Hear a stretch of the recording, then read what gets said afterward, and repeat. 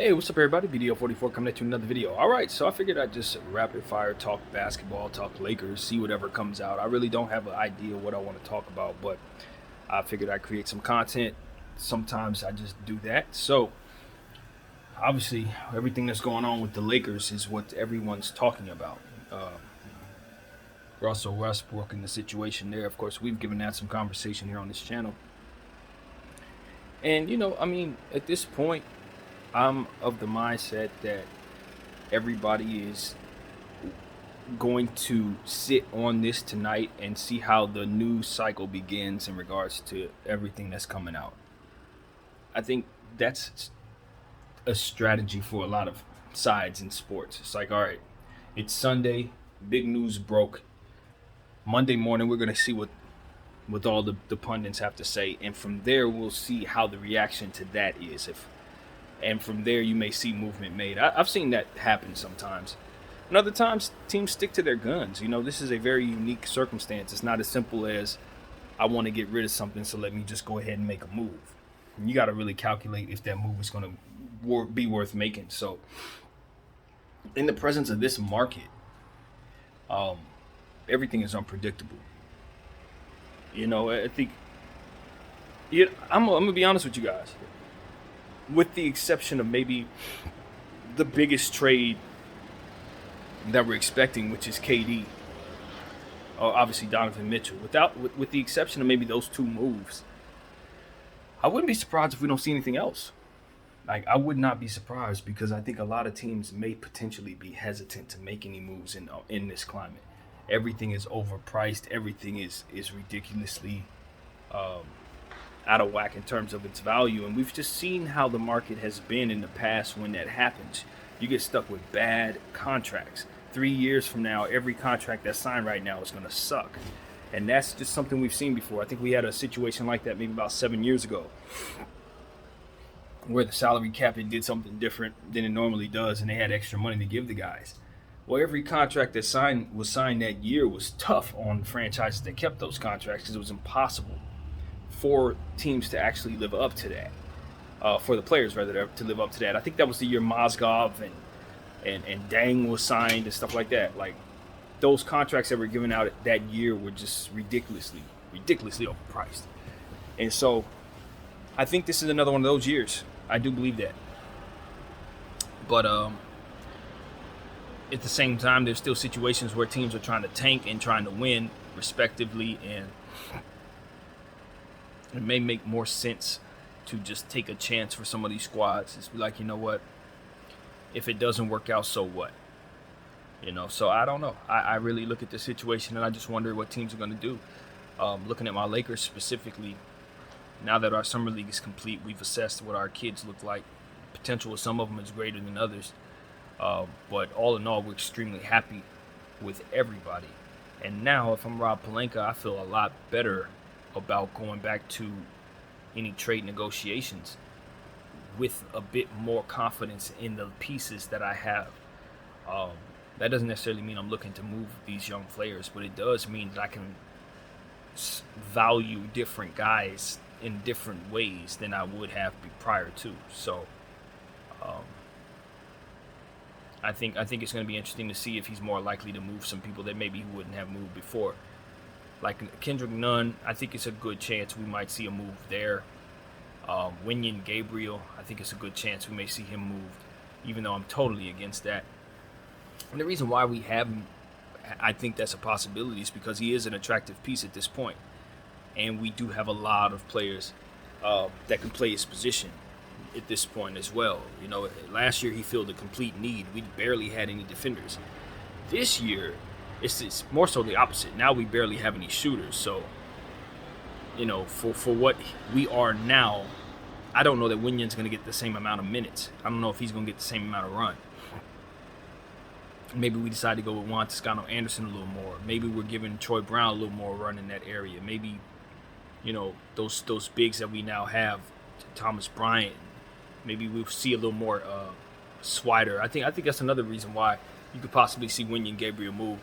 It's because now we have so much respect for Swider's shooting, and we do want to call up a guy like Jay Huff. You do need a spot for Scottie Pippen, and you do have The young fella Christie already signed, so it's like it might make sense to make a move just to condense some of what we have. But you don't have to do that right away. You really don't. I think it probably makes a little more sense to do that at the trade deadline when you have more of an idea of what you are and more of an idea of what these players are about. Um, I said the same thing about Sacramento last year at the beginning of the season. Totally different circumstances, obviously, but I was thinking they should probably wait before making a move with any of those three guards because they didn't quite know what they had at the time. They saw how quickly Davion Mitchell got out to a good start, and it gave them an idea that they can move on from Tyrese Halliburton, although that was not something I would have done. The point is, it gave them an understanding of which way they wanted to go. So I think the Lakers are kind of in a position like that where, yeah, we know a lot of these guys are upside players that are probably going to play real roles for us in the future. Question is, how soon do we move on from other pieces that maybe we don't have as much faith in, or players that we may have picked up simply to fill a need that now we realize we no longer have, which is something I actually see on our roster. So it's one of those situations where, like, I don't really know if we really actually need that person. We signed him, but we'll see how much run he actually gets. So all in all, I know a lot of people are saying the Lakers got like a D+, D-, and looking at our signings. There's no exciting names. There's nothing there that really makes you jump. But what I see is guys that can fill specific needs and a collective that comes together to be able to defend some really, really lengthy players, which is ultimately a need in this league. So the fact of the matter is we were so small last year, and that small ball stuff was so nauseating for myself personally and most Laker fans. We're really excited about having centers on the floor this year. Thomas Bryant. I mean, I'm so happy that we brought TB back. I think that kid is going to play good ball for us going forward. Of course, the injuries have kind of taken him out of the game, but he says he's in the best shape he's been in. So I'm excited about the energy that he provides just naturally. I haven't forgotten exactly how much energy, and that's the word, energy he played with. So hopefully the knee is not going to hamper him in any way. He's still extremely young. I don't think TB is probably 29. He's probably not even 28 years old yet. So, we're in a space where we're getting him in a good time, and I think he's going to play great for us. As long as his three-point shot is still falling, I love what we can do with a player like that. Yeah, man, so much to like there. And then again, Juan Toscano-Anderson, his three-point shooting ability is interesting to me. I look at him as a player that we could potentially use more so than Golden State intended to. And we'll see a little more of what he's capable of doing offensively than maybe they were asking him to do. But he's a defensive-minded player who's going to play very, very, very well for us in different positions. Center, power forward mostly.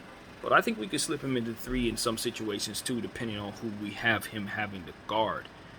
So I like the idea of Juan being a big part of our bench. I feel like I'm forgetting somebody. There's a big that I want to mention that I'm not mentioning right now. But I just love what the Lakers have done, putting ourselves in a position to feel younger. That's another thing that I like about what we've done here. And I think we're carving out a specific role, as I've always asked for a shooter and a scorer and somebody who can attack in ISO situations like Kyrie Irving. We're carving out a role for a player like that. So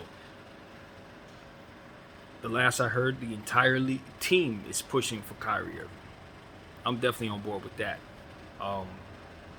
Just add me to that name, add me to that list. I'm pushing for it too. Everybody's turned on Russell Westbrook. I don't know. I just think I feel like it's a situation where Russell's already gone. Like, I think this entire charade was unnecessary, but unnecessary in terms of it's unnecessary for us to buy into it. I think it's necessary for them to partake in it, but I think it's unnecessary for the fans to really look at it and say, "Oh my God, Russell really does want to come back and pull your hair out." No, I think it's obvious that everybody needs to move on there. So I'm hopeful that he'll find a place to play this year. I don't necessarily believe that's imminent, as we talked about yesterday. But from what I understand, maybe the Clippers might be interested in him at a backup role. I don't know that he fits in there at all. But as a vet minimum, he could sign anywhere. So Yeah, I think he wants to stay in Los Angeles. Probably just wants to stick it to us. I don't know. Whatever. It doesn't matter to me, man. At this point, I wish him well. You know what I mean? But we're moving on. That's just it. Regardless of what the facts are, I just understand that our franchise needs to get us a point guard that fits what we're doing, man. Fits what we're doing, and I believe Kyrie Irving is that piece. I hear Kemba Walker is still somebody we could pick up. I believe he's been bought out, and he's still floating around out there. I don't know that he's going to be somebody we can pick up because of the price tag that could potentially be on him. Now, for me, I look at him as a player who probably doesn't have a whole lot to give us at this point. In the last couple situations he's been in, he struggled mightily, and it just didn't seem like he had a whole lot left in the tank. But he's still trying to keep his career going, and if we can get him at a vet minimum, I don't see any harm in adding his piece because we could use the shooting, and he would be a good backup for Kyrie Irving piece because obviously he and Kyrie Irving have similar strengths. We kind of run some of the same stuff with him on the floor, and certain small ball lineups, if we choose to, we could be awfully deadly if Kimba's a part of this thing. So, I was of the mindset that we should try to pick up Kyle Lowry, even though that contract is monstrously ridiculous. If we were to somehow land it in a big trade with KD going to Miami somehow, I thought that he could be a piece that would help us for the same reasons that I would imagine Kimba could help us. But it's all about that price tag because Kimba, last I saw, he didn't look like there was much there for him to give. So with all the stuff that we had going on with vets last season and the struggles, I would kind of be hesitant to bring in anybody that I felt may not be able to contribute very much this season. So it's just different things to look at, but I do have in mind that I want that piece. I want that backup point guard that shoots first and can slot in, stretch the floor very well for us. Because that's going to be the thing. We're going to have some backup guys that their shot comes around and comes and goes. Austin Reeves' shot comes and goes. As we know, Max Christie's shot is coming and going, although he's been shooting it pretty well in these last couple games in the summer league. So hopefully that carries over into preseason. You know what I mean? And some of the guys that we have shooting the ball, Walker, I have a lot to learn about his game. I don't really know his game yet, but we'll find out. But like Troy Brown is a defensive guy. He's not really a stats guy from what I understand. So, you're looking up and down the roster and you see some of the guys who can shoot the ball, like Juan Toscano Anderson, who I believe shot 40% from the three. He may not be on the floor as much. You know what I mean? So you're relying on TB to push the three ball up. AD's going to have to shoot the ball better this year. Of course, Bron's going to have to shoot it better, and he will, I believe. My thing about Bron is just being patient with him as he settles for three-point shots. Because even in the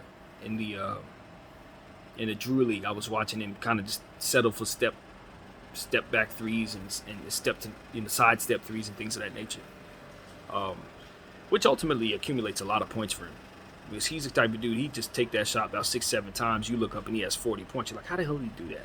It's because he hit enough threes to make the difference up. So I respect his methodical way of attacking offensively. It's hard to be patient with it as you're watching it because sometimes the shot bricks off and things of that nature. And you just feel like he could attack a little more in certain situations. But otherwise, as long as he's running the score up, it doesn't matter. I think at this point, Bron picks and chooses his spots very, very, as I said, methodically, and he knows what he's doing. So, yeah, man, I'm excited about the conditioning that he showed up to Drew in yesterday. He was about as slim as I've seen him in a Laker uniform. It's about as slim as we've seen him since being here. And I like that. That's exactly what I was calling for him to do about, I think it was 4 months ago I said that. I was like, Bron should probably look to lose weight.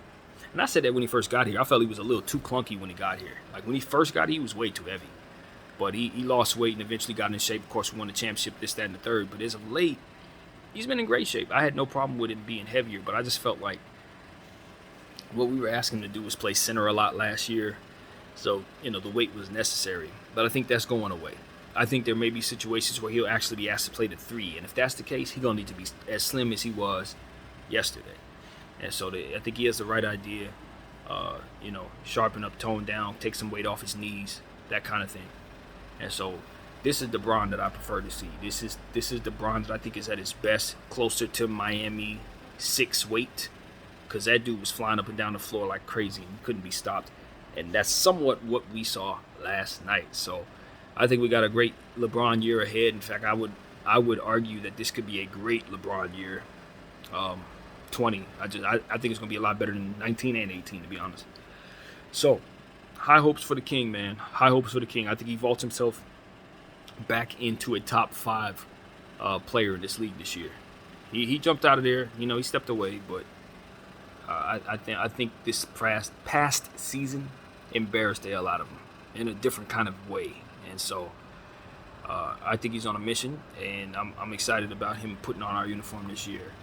So, yeah, man, I just want to say that. And, of course, I don't know if it's been said, but, a lot of people are talking about, and since we're going to be having Kyrie join our team, I just figured I'd put this out there at the end of the video. And a lot has been said about him not showing up for work and him not being available for yesterday, Drew League particularly. And, it's one of those situations where you just wonder if he's going to choose basketball for us, But, it was also reported that he was with Phil Handy while that Drew game was taking place. He was hanging out with Laker coaches, I believe. So that's a good thing. If he was in the Laker facility, then obviously he was, trying to keep in touch with us and keep working out. So that's all that matters. But what I'm here to say is there is a video on YouTube, 4.5 hours of Kyrie Irving's highlights. Just highlights. All of his highlights throughout his entire year. 4.5 hours. Now, mind you, these are little segments of him just attacking, steals, layups, jump shots, attacking. All of the little segments are about no longer than about 6 seconds. And they've accumulated enough of these to accumulate 4.5 hours of footage. Kyrie Irving shows up for work. That's the moral of the story, ladies and gentlemen. He shows up for work. I think that as much has been said about his absence as a Brooklyn Net, and we know those are very specific circumstances. Much is said about him leaving Cleveland. And, his absences with the Cleveland Cavaliers was injury related from my understanding, although I didn't follow that situation too close. And then the situation in Boston was also injury related, and the fit was funny, and the energy was funny, and all of that. And I don't think he was ready to be a leader at the time. I think he was seeing himself in a way that, he had to learn some things about himself and learn about other aspects of leadership that I think he's probably picked up since. And that ain't the team you go to trying to be a leader, because they already had alphas in place. They already had a struggle with that with, Jason Tatum and Jaylen Brown. So if you're a young player, you say, I'm going to go lead a team. At the time, yeah, that looked like a young team. But now we understand. There was never no question about whose team that was. It was always Jason Tatum's team. So that's the understanding. It's like Kai was looking for his own squad, and he joined someone's squad unwillingly because he was traded there. So that whole situation was not what he was looking for. I personally think he was looking to follow in the steps of Bron and Kobe. I think a lot of what he's done has been just following those guys' steps. I think a lot of what KD has done is following those guys' steps, because what they've seen is Kobe and Shaq, and it's a situation where it's like Kobe had to part ways from Shaq. Now, obviously, Kobe didn't have to leave to get his own team. The Lakers chose Kobe and so on and so forth. But I think that's kind of what Kai was thinking. Like, I got to get away from Bron so I can have my own team, and when I lead this young club, we'll go through the process, and eventually we'll have the same success my big bro Bron did and my big bro Kobe did. And that's just not the path. You start thinking you could do the same things other people can do, and you just have a whole different world, a different path to take on your own. So I think that just came and went, and obviously the Brooklyn situation has come and went. Now I look up and I say, is there anything else anything else that could possibly keep this guy from wanting to choose basketball. And honestly, I really don't see nothing. I'm not going to even sit here and pretend like I know what a person's going to do, or especially somebody I don't know. But I don't really see nothing keeping him from doing the craft of basketball, you know? Now, whatever changes could happen, whatever. But I just feel like at 32, 31 years of age, he's got at least 5 more years of all-star basketball in his game left in him. He's going to do that for someone. He's going to do it for somebody. And it's one of those situations where it's like, if you sit there and watch, I've already seen about an hour of the highlights. I'm going to try to get through as much as I can. It's 4 hours, so I'll try to see the whole thing, but it's going to take a long time. But I'm through an hour of it. And honest to God, man, all I'm doing the whole time is, a whole hour of this. I can only imagine how annoying that is to listen to me watch these highlights, because he ain't doing nothing but shock and awe every single play. It's not even a break. Not one break. Every play is a highlight. All of them. And so you get to a point where it's like, all right, his game is going to speak for itself. I said the exact same thing when Kobe went through what he went through in Denver, Colorado. I said the exact same thing. I was a 17-year-old kid, and I told my mom, I was like, Mom, as long as he's free to play basketball, his game's going to speak for itself. You can't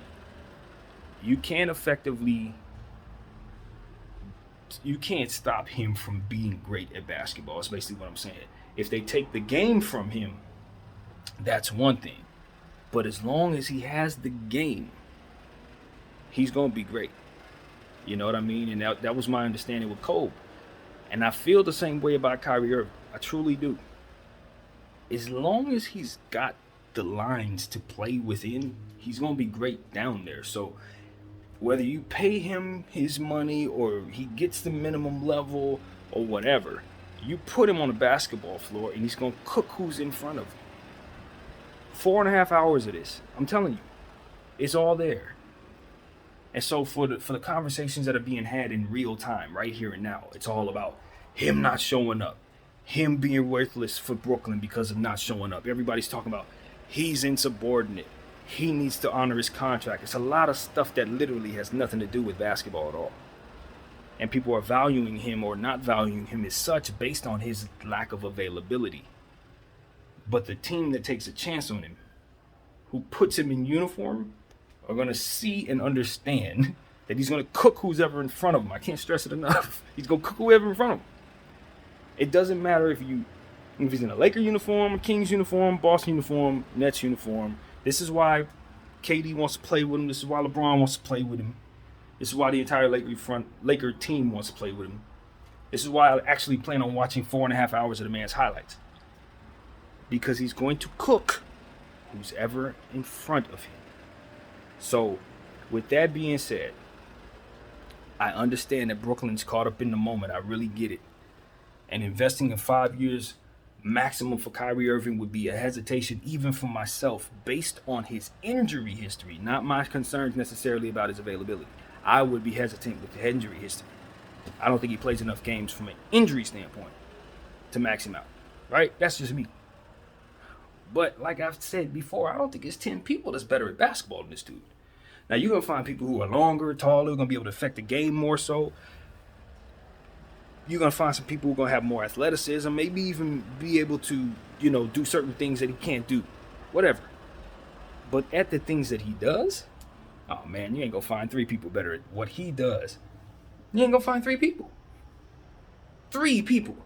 You're going to find NBA Hall of Famers. And they've gone up in the rafters, made all-star teams for decades at a time.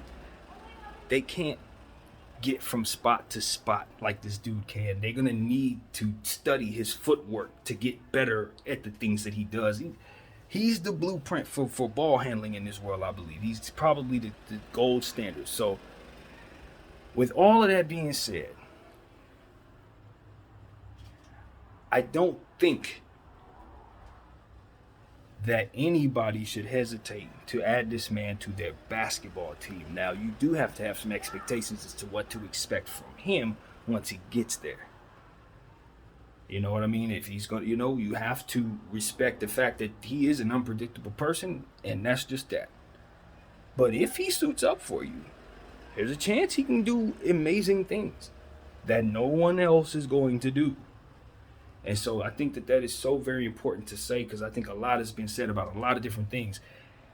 And then you equate him to different people who he's better than. It's like, oh, and I'm not going to bring up a name because I'm going to be respectful in this regard, but so-and-so and so-and-so also showed up for work and he did it this way, and why can't he? Yeah, but this guy we're talking about is much more talented than that person. So, you got to respect that. But this guy does this, and it. Yeah, that's true.